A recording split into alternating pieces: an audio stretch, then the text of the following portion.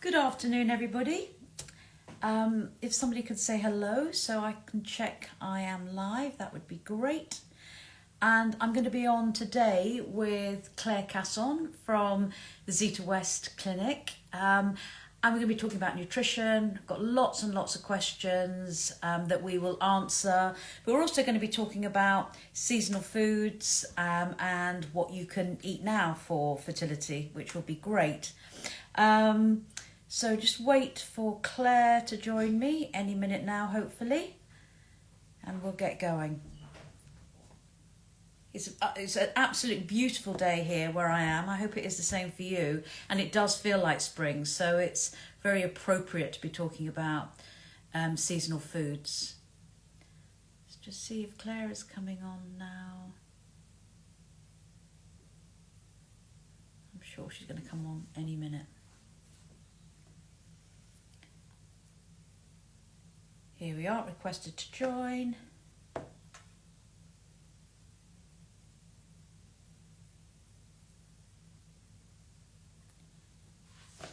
Hopefully.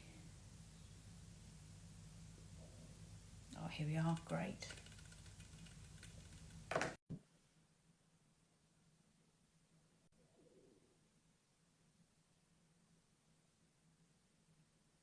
Connected. Yeah. Claire, hi there, how are you? I'm good, how are you? I'm fine. I was getting a bit worried there for a minute, but no need It's to. a bit slow, maybe because we're busy. Yeah, I was just saying to the ladies here that it's such a beautiful day today. It's perfect time to be talking about spring foods, etc., isn't it? Yeah, absolutely. Yeah, it does feel like spring's in the air. I mean, we've had rain passing over here, but it was sunny in the morning for my morning walk. Sunny now, so it feels like things are looking up after what's felt like a very long It's felt winter. so long, Yeah. so long.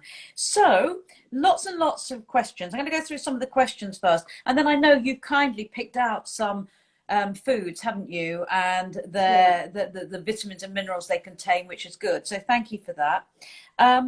So the classic question that we get asked a lot of the time is diet and supplements to improve egg quality. Yeah, I know with supplements, I don't really like giving general advice about supplements because there are very individual needs.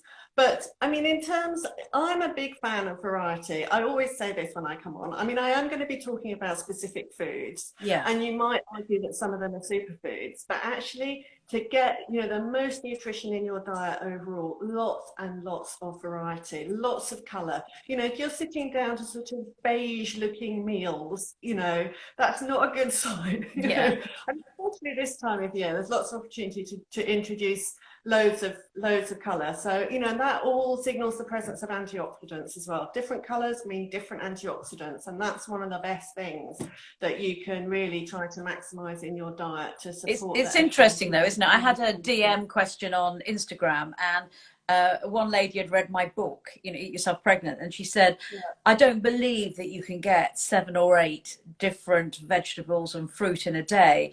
And you can, can't you? If you're having a juice, if you're having soup, if you do baked veg, you're going to get those in. Yeah, and also, people overestimate how much a portion is as well, really. So tell us what a portion is, because that's quite useful. Technically, it's 80 grams, right? But I don't want people to be weighing their food. No, because 80 grams means nothing to me. Yeah, I know. If you think of your plate, right, and you draw a line between it, so like a half moon, right? And if you put 3 different vegetables on that, that will probably be 3 portions.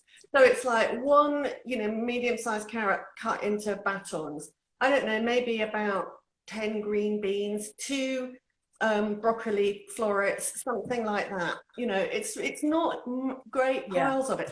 And in fact, Sainsbury's, and I'm sure other supermarkets, do a little pack of 5 a day. Right, and if you seek that out and look at that, you'll see that it's nowhere near as much as you think it is, and it's really doable. Which is good. Yeah. But going back to egg quality though, like when we think about what an egg needs, it needs to grow healthy, it needs to be mature, it needs energy, it needs protection from free radicals, doesn't it? So, and you know, the follicular fluid that surrounds the egg nourishes the egg. So if you're going to have a wide array of fruit and veg, that is absolutely great. But also you need protein, don't you, and fats. Absolutely, yeah, both really important. We know that protein, certainly when you're going in through IVF, helps to increase your chances of producing more eggs and better quality eggs, important for the implantation as well. Yeah. And it doesn't necessarily mean, you know, tons of meat and chicken and fish. You know, there's lots of different sources of protein that you can have. And, you know, again, I would include a wide variety. Yeah. I mean, the easiest way to get, you know, meat and fish, so I'm thinking particularly chicken and fish, but more fish than chicken, ideally. Red meat needs to be a bit of a treat, you know, once, maybe twice a week. You know, a portion of that a day is going to really help you to get a decent amount of protein in. But don't, you know, remember things like lentils and beans and chickpeas, dairy as well. Some of the cheeses like mozzarella and feta and halloumi, particularly high in protein, high protein yogurts as well, you know, like the high protein Greek yogurts, about 10 grams of protein. Eggs, you know, nuts and seeds, they won't have a lot in them, but if you include small amounts of a wide range of protein foods, you know, you should get a reasonable amount of protein in there. What about if you're vegan or vegetarian? Because you have to be really strict to get the protein needs you in, especially if you're going through IVF if you're vegan.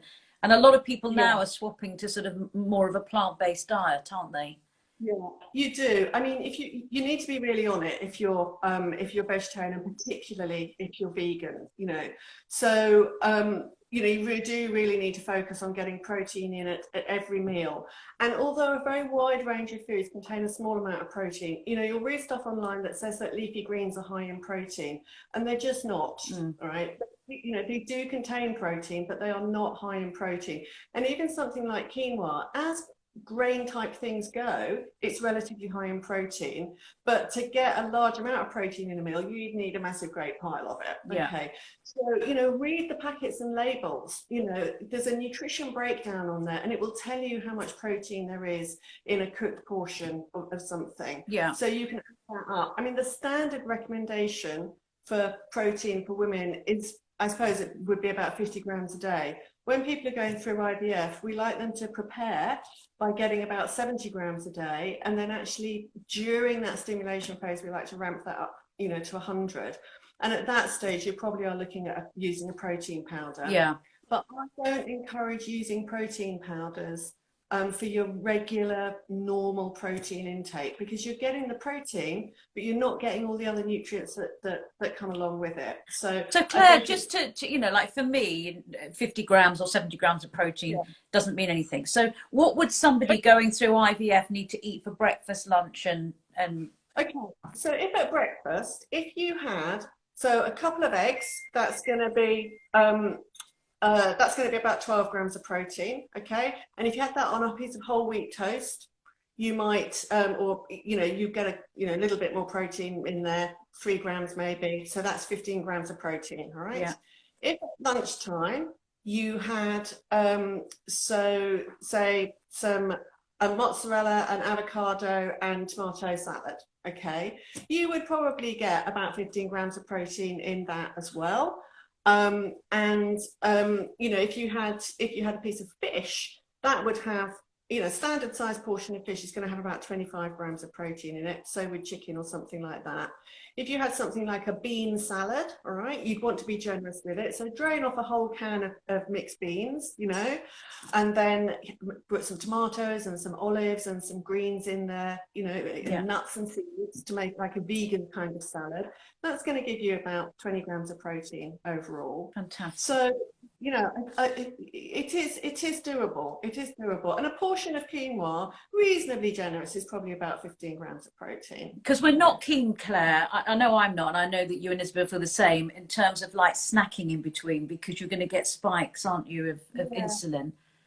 I mean, the only thing, if people really are hungry between meals, then, you know, I generally recommend a handful of nuts and a small piece of fruit or something like that. You know, you want to be eating real food. If you do, you know, for some people, and you know, as people start to return to the office, maybe there's going to be, most people will have a bigger gap between lunch and dinner, and it can be quite hard to get through that long gap. Yeah. You know, you need to be eating real food, not snack foods. Yeah. You know, snack food, you know, they're going to be highly processed and often will contain sugar, and even things that look really healthy are often not. So I just encourage, think of, if you need a snack to tide you over, think of it as being a mini meal. Yeah, you know? yeah. Because I mean, I know you believe in supplements as well, but I think some of the key supplements are folate, which the government sort of suggests you take anyway, and from green leafy veg, but it's more absorbable than folic acid. Vitamin D, I mean, there's not a day that goes by now that we don't hear about vitamin D, and some studies have been done on vitamin D, haven't they? Sort of the follicular fluid to help with eggs, a better IVF outcome. Definitely. Yeah, and then things like Coenzyme Q10, I'm a big believer in, because the mitochondria, the powerhouse of the egg, needs to divide and divide and divide. So things like that, and there's plenty of research around on this, but you know, most of it should come from your food, and it's nutrient dense food, isn't it? Yeah, it is difficult though, especially with the coenzyme Q10 and the ubiquinol. You do get that in foods. You know, a wide range of foods will contain some, but you know, the studies for IVF and egg quality have been done on much higher doses, and you really do need to supplement for that. But you should always tell your doctor about any supplements that you are taking, because there may be interactions with any other medications, or there may be a reason why you personally shouldn't take it. But in general, you're not going to get enough coenzyme Q10. Ubiquinol is the active form of coenzyme Q10. Without sort of saying anything bad about doctors, most of them don't know what some of these supplements are. You know, it's sort of quite frustrating sometimes. But they are definitely getting better. They really are. You know, especially the younger ones. You know, they're much more open and much more. There's much more research than there used to be. Yeah, I mean, you even think about 10 years ago. Remember at the clinic when we started testing vitamin D, and again, you know, everybody was saying, "Why are you doing that? Why are you doing that?" But it was, now it's sort of like second nature. We still test all of our clients, and a lot of them are really deficient, aren't they? Yeah, you know, and I was thrilled the other day because you know, I was talking to one of the patients in a consultation, and she said she'd had her vitamin D tested at her doctor's, and that it was 65 or something, and that her doctor had said that's just not high enough for when you're going through fertility. And I thought, it's getting through. Great to hear a doctor say that, you know, because we like it to be really at least 75, because the evidence shows that above 75, you know, that will help to increase your egg quality, and probably more like 100. Yeah, you know, one of the ladies here, Claire, has just said, my doctor asked if I was a fertility specialist, as I knew more than she did. And that's right. I mean, you know, so many women now, they become like mini doctors. There's so much information, you know, they start off knowing very little, and they know so much, don't they? What is your view though, Claire, as well, on organic foods? Because organic foods are expensive. I know I don't eat 100% organic. I choose certain foods that I have for organic. But what is your view on that? Because I think a lot of women worry that they're not eating organic. You know, they can't afford to eat organic. So what can they do? Yeah, I mean, there's not really any evidence that organic foods are more nutritious than non-organic foods. The biggest influence there is how processed something is and how fresh it is. Right? But you know, in an ideal world, you know, all food would be organic, but it is expensive. But I mean, the good news is that when it comes to fruit and veg, good washing will make a big difference to how is left on the skin. Okay, because you know, these things, they're sprayed on in a water solution, right? So you can wash them off with a water solution. And adding some vinegar to the water or some bicarb to the water helps. And there are studies on this, will show that will reduce the amount of residues very significantly on the skin surface, and not very much of it actually gets inside the plant. So it makes a big difference just to wash things properly. So the tip about you know, adding some vinegar or bicarb to the water, that's really useful for things like berries, because you can't really scrub those. But you can soak them for, you know, for 5 minutes in that solution.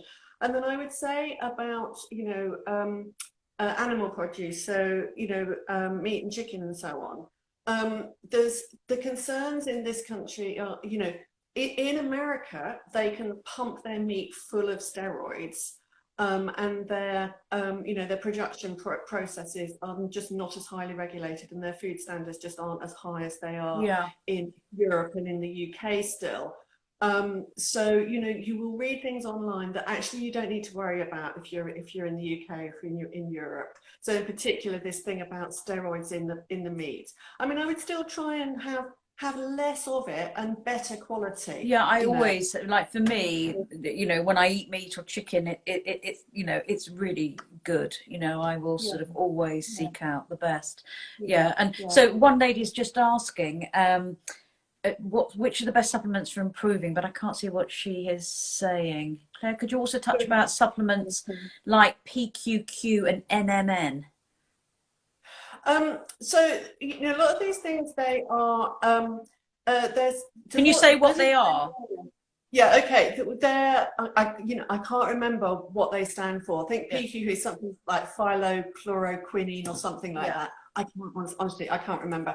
But they are supplements which help to support that energy production in the ovaries. Now, you were talking about coenzyme Q10.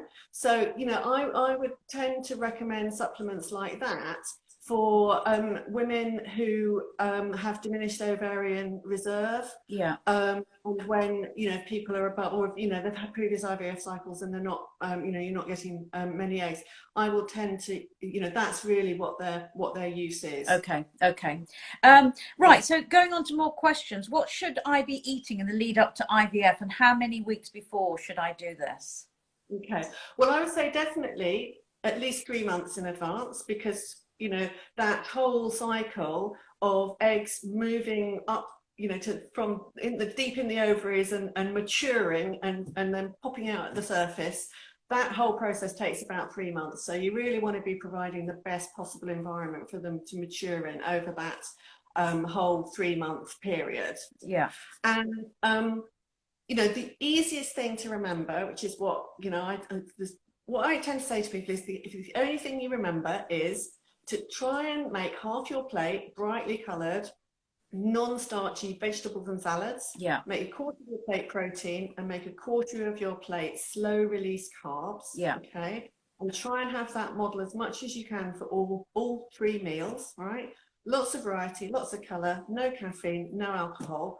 You're 90% of the way there. What about oils and things? Because I think a lot of women as well are concerned about fats. Like, they think avocados are fattening, and you know, certain oils you shouldn't have. No, fats are really important for fertility. So the healthy fats, you're going to get those in avocados, nuts and seeds, and they come along with vitamin E as well, which is a really important antioxidant.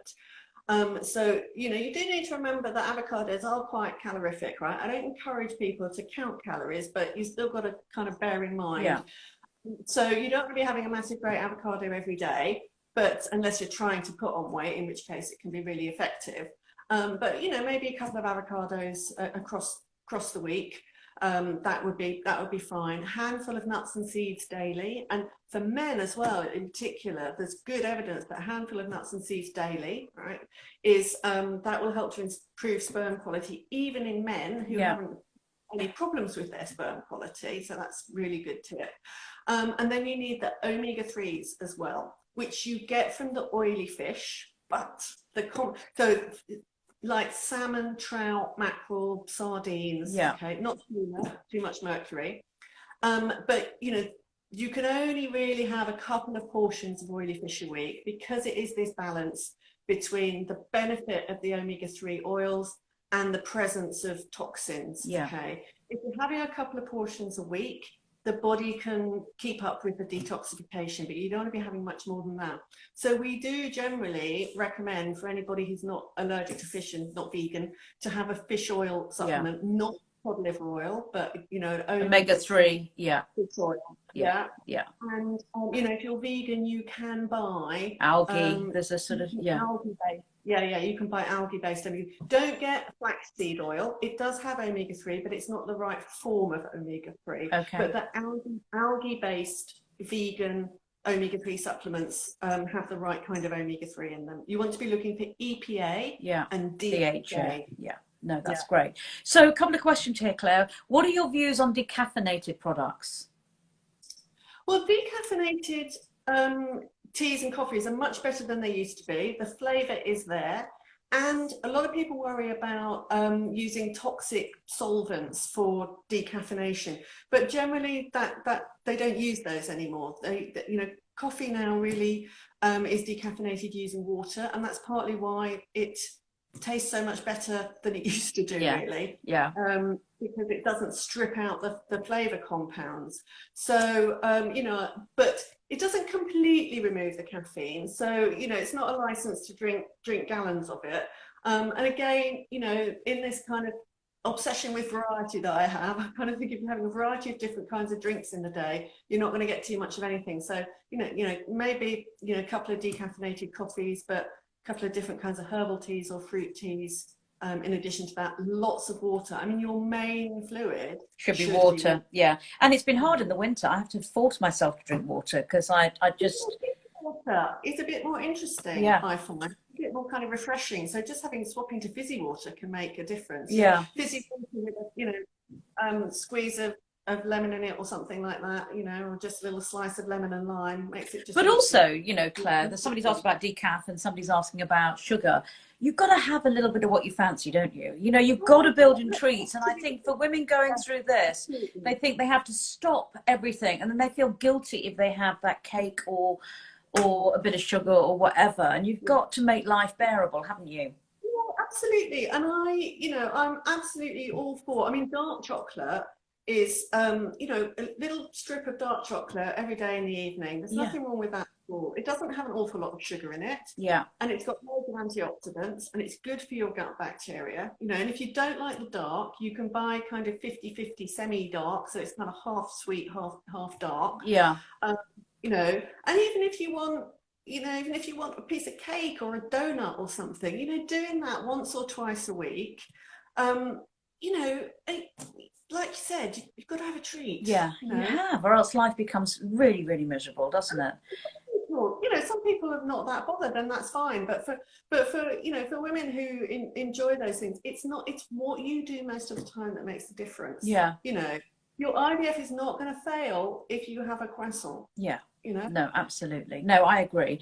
And so like for us in the preparation, certainly at the clinic, like you say, 3 months to build up those nutrients that are ready to make eggs. But in the lead up to IVF, no alcohol, sort of in the time that you're going through, absolutely no alcohol. And, doing the best that you can during that time, even if it's a frozen embryo transfer you're doing and it's not IVF, at least your eggs are made then, your embryos are made. Yeah. Which is good. Yeah. You still want to support, if you're going through a frozen embryo transfer though, you still want to be supporting your progesterone production and the development of the uterine lining. So, you still need to be eating, a pretty good diet, lots of variety, lots of colour, lots of, sources. Magnesium and B6 and zinc are all important there. Yeah.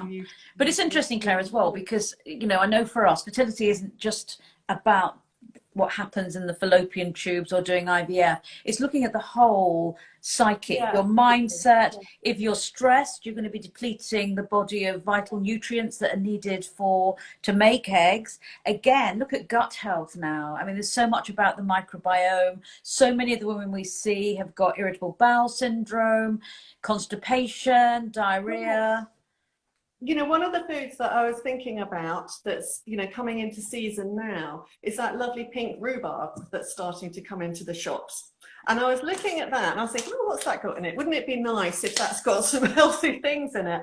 So that's got in it, it's got lots of fibre in it, which is good for constipation, but it's also got tannins in it, which help stop diarrhea. So if you do suffer from IBS, it might, a bit of stewed rhubarb might be something. Yeah, but can you have sugar on it or not? Yeah, you can put sugar. Or I tell you what you can mix it with. It works really, really well with is blood oranges that are around at the moment, which are lovely and sweet. And that orange and rhubarb mixture sounds delicious.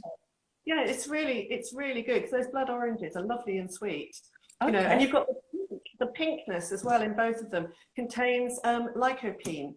And lycopene is an good antioxidant. For sperm. Good for eggs and good for sperm. Yeah. So. Okay, so I think it's time to move on to some of those foods that you've suggested. So I was in the supermarket the other day. I've been there for ages, and it was so good to see asparagus is suddenly back in. Absolutely. But I don't know whether it's too early, because one of the things as well, years ago, and I'm ancient, you know, I used to wait for June for strawberries. I couldn't wait for strawberries to come into season. And now you've got seasonal foods everywhere, haven't you? No matter, you know, shipped from all over the world. It's too early at the moment for English asparagus. That's more kind of April. You see that coming in April, and May is the big month for that. But it'll start, you know, it'll be coming in soon. And, you know, like you were mentioned earlier, so it's got loads of folate in it. That's the active form of folic acid. So that's really good. And it has also got lots of other good things in as well. So it has got a bit of iron in it. I've got to write these. I wrote these down because there's so many of them. I'm never going to remember them all. No, that's fine. So it's got a bit of iron in it, so that's, you know, good for the egg quality. And also, if you're low on iron, you've got more risk of not ovulating properly. So, you know, and I think getting natural food sources of iron as much as you can, so that you don't end up iron, you know, overloaded when you have really heavy duty supplements. And also, Claire, you know, if women have heavy periods, there's a likelihood of being iron deficient. Yeah. It's got some selenium in there, good for sperm. It's got some vitamin K in, which helps you absorb your vitamin D. It's got lots of antioxidants as well. It's got some vitamin A in, beta carotene, which we know gets concentrated in their ovaries. So we think that helps the eggs to mature, or it certainly helps to protect them. And it's got vitamin C, which helps you to absorb the iron. Yeah. So it's a very alkaline food, isn't it? So it's a good detoxifier. And there's lots of ways you can eat it as well. Just steaming it and having it with a bit of butter is just delicious. I think. But you know, you can grill it with a bit of parmesan as well. That's another thing you can do with it. And I have this recipe for this fantastic sort of pea and bean puree.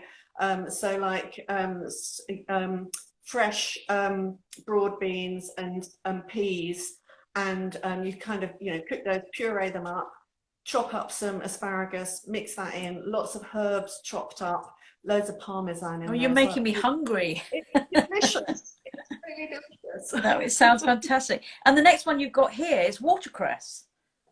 Yes, now that's going to be starting to come in soon as well, and that is fantastic stuff for sperm. There are, you know, there's studies showing that it helps to improve your sperm count, and it also it's got 40 different antioxidants in it, which is just amazing. And there's some evidence that it can help to repair DNA. You know, I mean, our DNA gets damaged all the time, and cells actually have the ability to repair DNA. They can spot, you know, they can spot breaks in the DNA and fix them. And these, you know, these compounds in the watercress help the cells to do that. So fantastic stuff. And something else I really didn't know that I read is that it helps to lower your stress hormones as well. Oh, really? Yeah, it's got, so I don't know how that works. I mean, presumably it's got something maybe that either stops you producing so much stress hormones in the first place, or it speeds up them breaking down in the body. I don't know which. But, you know, and you don't have to eat tons of it, and you don't have to eat it all the time, you know, but it's a special taste, isn't it? I like it as soup. Yeah, it does really good soup, but it's got a lovely pepperiness to it. And you can buy that kind of salad mix of rocket and baby spinach and watercress, which is great. And you can make a nice sauce with it that goes really well with salmon as well. Because it does have that. When you cook it, it softens the pepperiness. If you like the pepperiness, you can put it in green smoothies as well. If you pepperiness.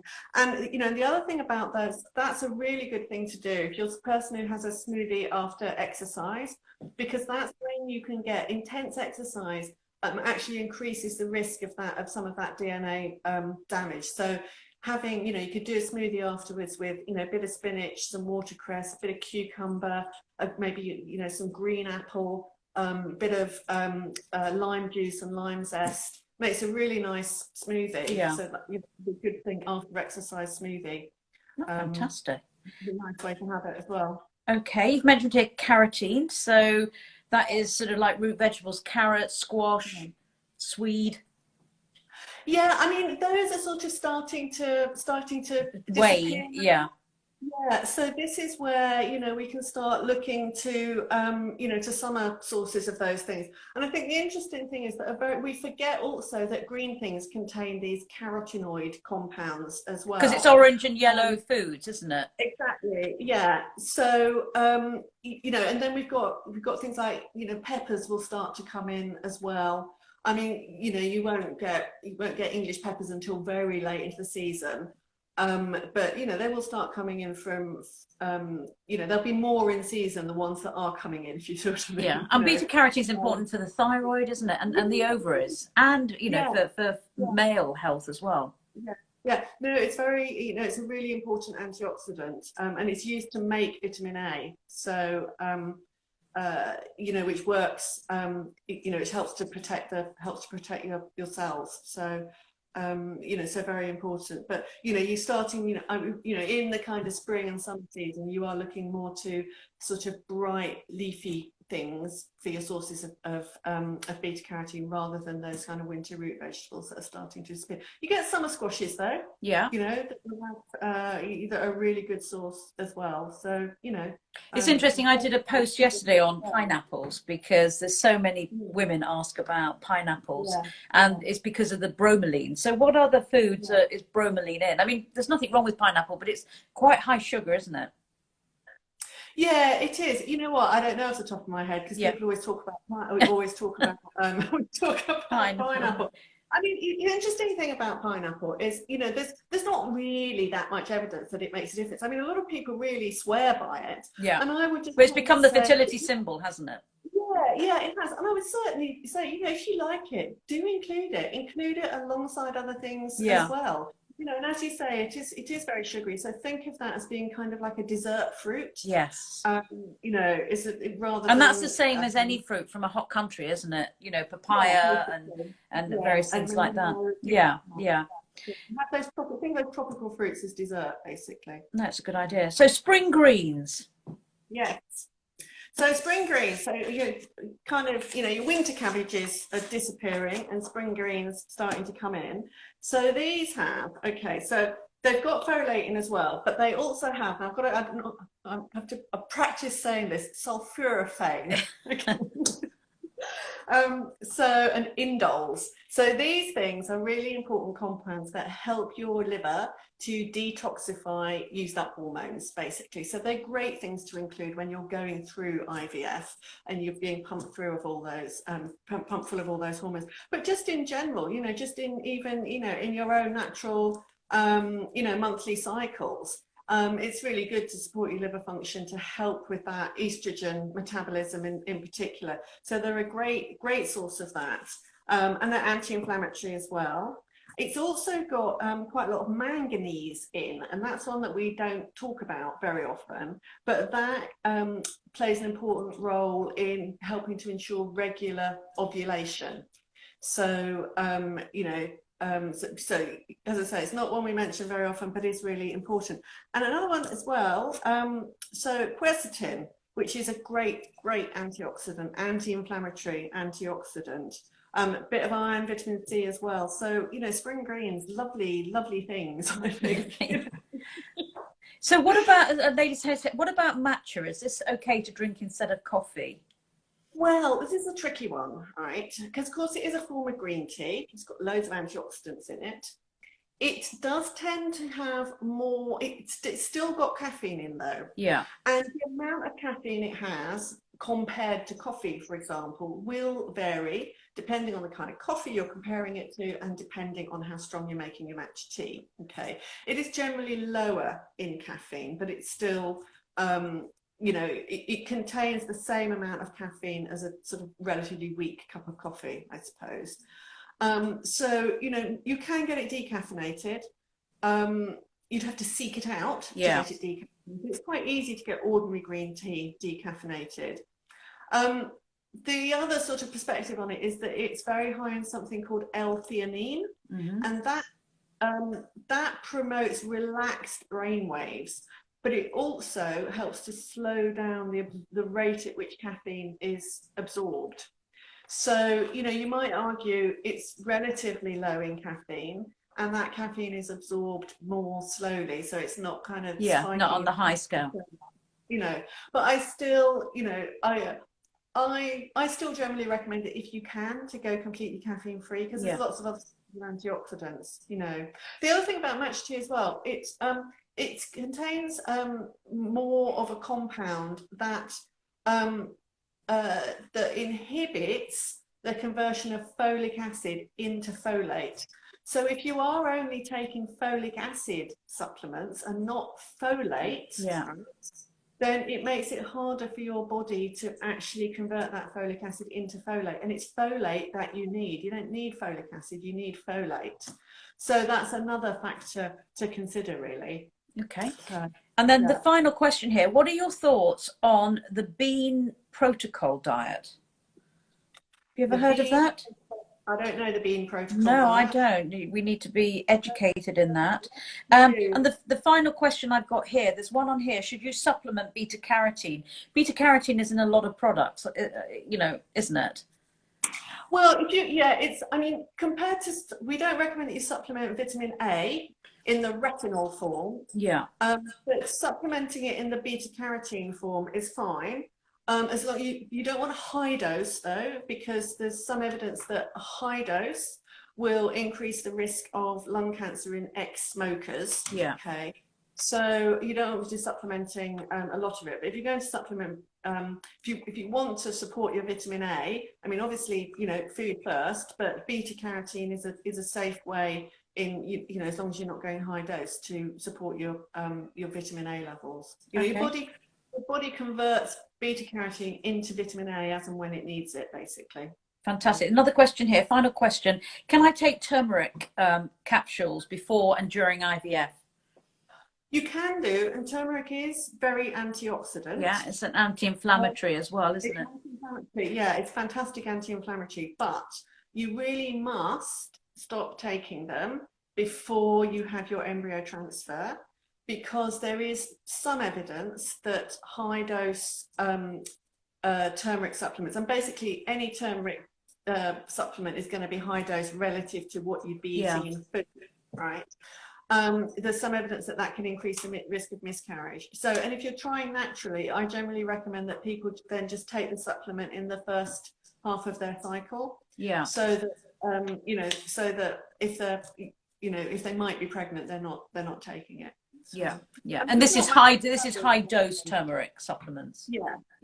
It's fine to cook with. It's absolutely fine to cook with. There's no evidence at all that using turmeric in normal amounts in cooking is going to cause any problems at all. And you know, you think of Indian cuisine. I mean, it uses loads of turmeric in, you know, on a daily basis, and there's no reason to think that that causes a problem. So, fantastic, Claire. This has been absolutely brilliant. The time has gone. Thank you It goes so quickly. Thank you so much this evening. I'm sure that a lot of people listening to this will have learnt a lot.